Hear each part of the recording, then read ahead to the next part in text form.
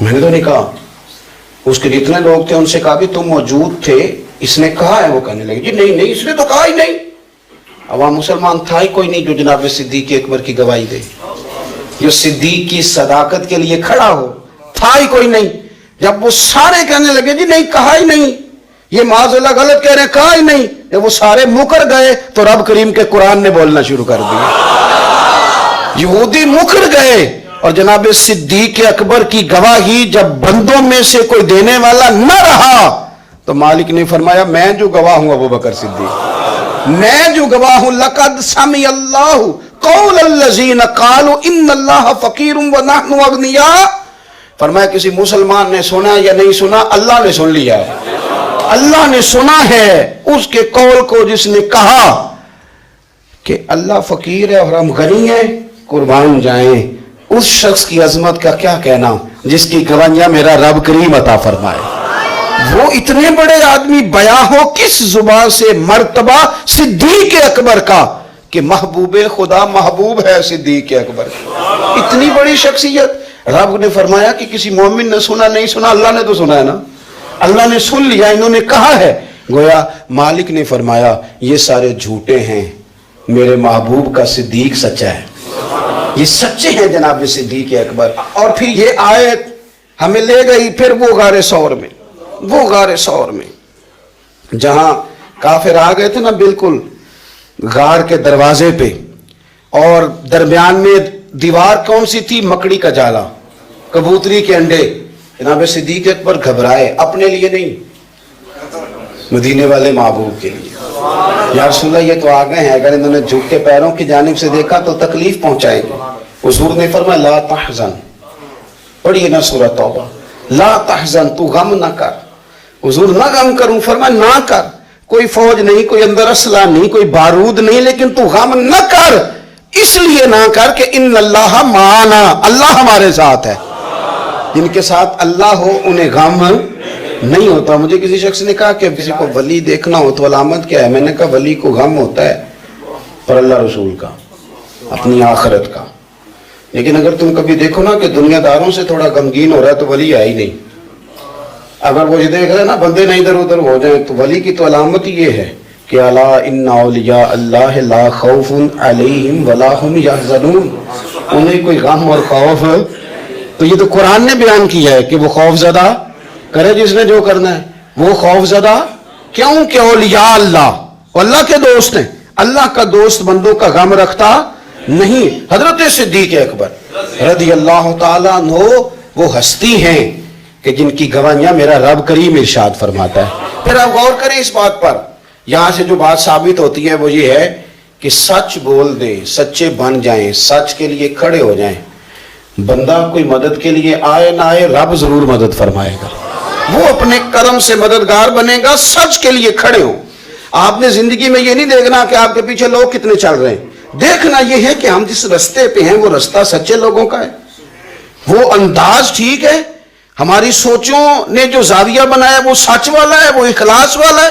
اگر آپ للہیت والے ہیں تو چلتے رہیں چلتے رہیں چلتے رہیں. گھوڑا جب دوڑتا ہے نا تو کبھی کبھی جھاڑیاں بھی اس کے پیروں پہ آئی جاتی ہیں, لیکن شرط یہ ہے کہ وہ دوڑتا رہے, منزل اس کی ٹھیک ہو, دوڑتا رہے. وہ اگر جھاڑیاں کبھی پیروں کو لگ جائیں گی تو پھر اتر بھی جائیں گی, لیکن اس کا کام یہ ہے کہ وہ دوڑے, چلتے رہیں اور حق کو نہ چھوڑیں. حضرت صدیق اکبر رضی اللہ تعالیٰ عنہ کی جو عظمتیں ہیں نا, شانیں, میں نے رات بھی کہا تھا کہ شروع کہاں سے کریں, بات کا آغاز کہاں سے کریں, یعنی کون سا پہلو ہے جس کو شروع کریں. ان کی سچائی, ان کی سخاوت, ان کی مسکینوں کی خدمت, ان کا غریبوں کے ساتھ پیار. لیکن جب ہم ساری چیزوں کو اچھی طریقے سے پڑھ لیتے ہیں تو یوں لگتے ہیں کہ انہوں نے اپنا نا سارا کچھ گوندا اپنے آپ کو سمیٹا, اور گوندا کس چیز میں؟ عشق رسول میں, اور باندھ لیا اپنے آپ کو حضور کی محبت کے سائے میں. حضرت عمر فاروق رضی اللہ تعالیٰ عنہ کے جو کارنامے ہیں نا کتابوں میں بہت زیادہ لکھے ہوئے ہیں. حضرت عمر رضی اللہ تعالیٰ عنہ نے 24 لاکھ مربع میل تک اسلامی سلطنت کو پہنچایا. حضرت عمر نے قانون بنائے. حضرت عمر رضی اللہ تعالیٰ عنہ نے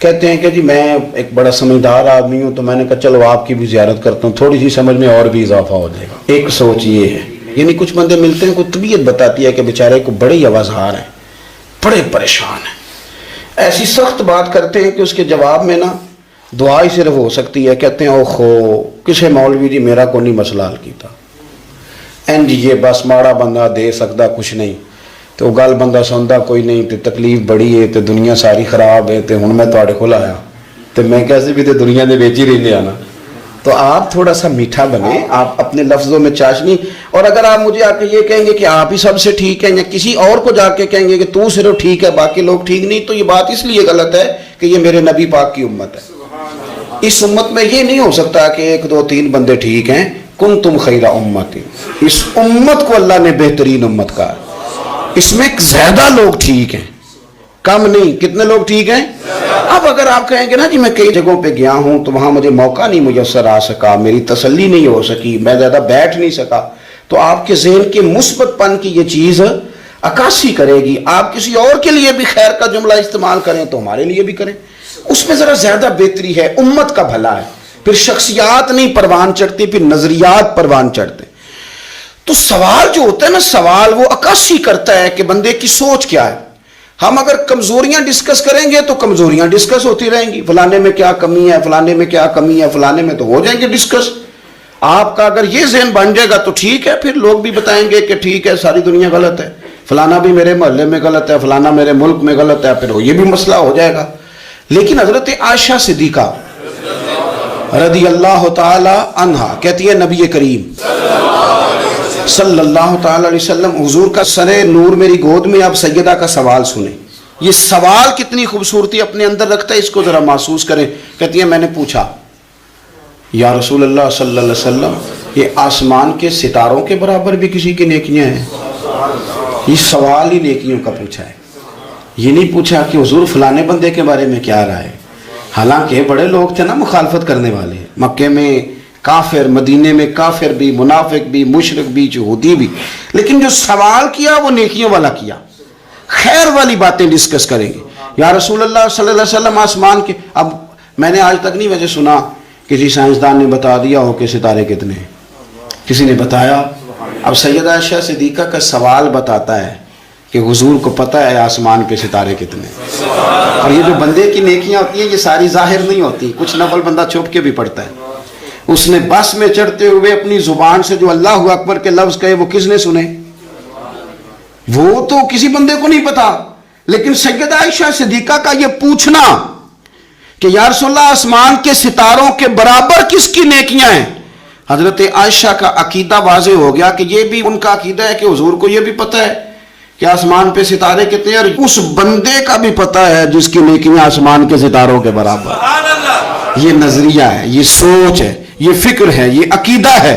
اور کوئی غیب تم سے نہاں ہو بھلا جب خدا ہی نہ چھپا رہا، تم پر کروڑوں درود و سلام۔ اب سیدہ جو سوال پوچھ رہی تھی نا، تو اس کے پیچھے بھی ایک لاجک تھی، اس کے پیچھے بھی ایک کہانی تھی۔ گھر کے اندر آپ ویسے کبھی بات کریں نا اپنے خاندان کی، قبیلے کی، تو گھر کے اندر جو کہ 2 پارٹیاں ہوتی ہیں، ایک میاں صاحب اور دوسری جو ہوم منسٹری جن کا تعلق ہوتا ہے، بڑا درجہ ہوتا ہے، تو آپ نے ویسے کبھی پیار سے اپنے ابا جی کی بات کریں نا، تو وہ خاتون خانہ بھی ایک بات والد کی سناتی ہے، اس کو مقابلہ نہیں سمجھنا چاہیے، اس کو محبت سمجھنا چاہیے۔ وہ کہتی ہے کہ ہمارے گھر میں یوں ہوتا تھا میرے ابا جی، تو یہ ایک حسن ہے، یہ پیار ہے، یہ محبت کی علامت ہے، کہنے دینا چاہیے۔ اور بچی کا دل ہوتا ہے کہ کوئی تعریف کرے اس کے والدین کی، تو کوئی حرج والی بات نہیں، ہم نہیں پسند کرتے ہمارے بزرگوں کی تعریف کرے، تو خیر ڈھونڈیں، بات کر دیں، اس چیز سے ویسے بھی ذرا گھر میں امن زیادہ قائم ہوگا۔ اب حضرت عائشہ صدیقہ نے جو سوال پوچھا تو وہی لاجک تھی، اس کے پیچھے بھی وہی فلسفہ تھا۔ ان کا خیال تھا کہ حضور نہ میرے ابا جی کی بات کریں گے۔ پوچھتی ہیں یا رسول اللہ صلی اللہ علیہ وسلم آسمان کے تاروں کے برابر بھی کسی کی نیکیاں ہیں؟ تو کریم بھی تو بڑا جانتے ہیں نا، حضور کو بھی پتہ ہے نا عائشہ کن کے بارے میں پوچھنا چاہتی ہیں۔ حضور نے مسکرا کے فرمایا ہیں نا نیکیاں؟ تو حضرت عائشہ کہتی ہے میری طبیعت کھل گئی کہ ابھی ذکر ہوگا میرے والد کا اور بات بڑی دور جائے گی اور میں بڑی راضی ہوں گی۔ بیٹی کا تو دل کرتا ہے نا ایک بار کوئی تعریف کرے اس کے والد کی، تو کہتی ہے ایک دفعہ اور کرو، پھر کہو وہ کیا کہہ رہے تھے آپ، بچوں کو بھی بتاؤ یہ ذوق ہوتا ہے نا، بیٹیاں وفادار بڑی ہوتی. حضرت عائشہ صدیقہ رضی اللہ تعالیٰ عنہ کھیتی میں کھیل گئی، یا رسول اللہ واقعی کسی کی نیکیاں آسمان کے ستاروں، کس کی؟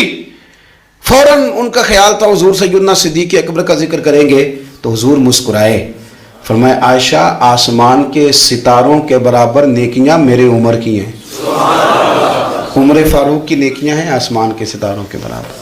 اب وہ جو ذہن میں سوال چھپا ہوا تھا وہ زبان پہ آ گیا، جو پس منظر میں تھا وہ زبان فوراً بولی کہ یا رسول اللہ صلی اللہ علیہ وسلم اگر آسمان کے ستاروں کے برابر عمر کی نیکیاں تو ابو بکر صدیق کا کیا حال ہے؟ میرے والد کی بھی تو بات کرے نا. اب حضور مسکرائے، یعنی اس بات کو سمجھ گئے کہ عائشہ کہاں لانا چاہتی تھی، پتہ تو پہلے تھا.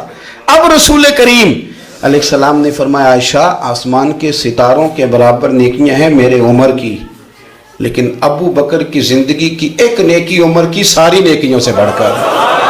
اللہ کرے آپ سمجھیں.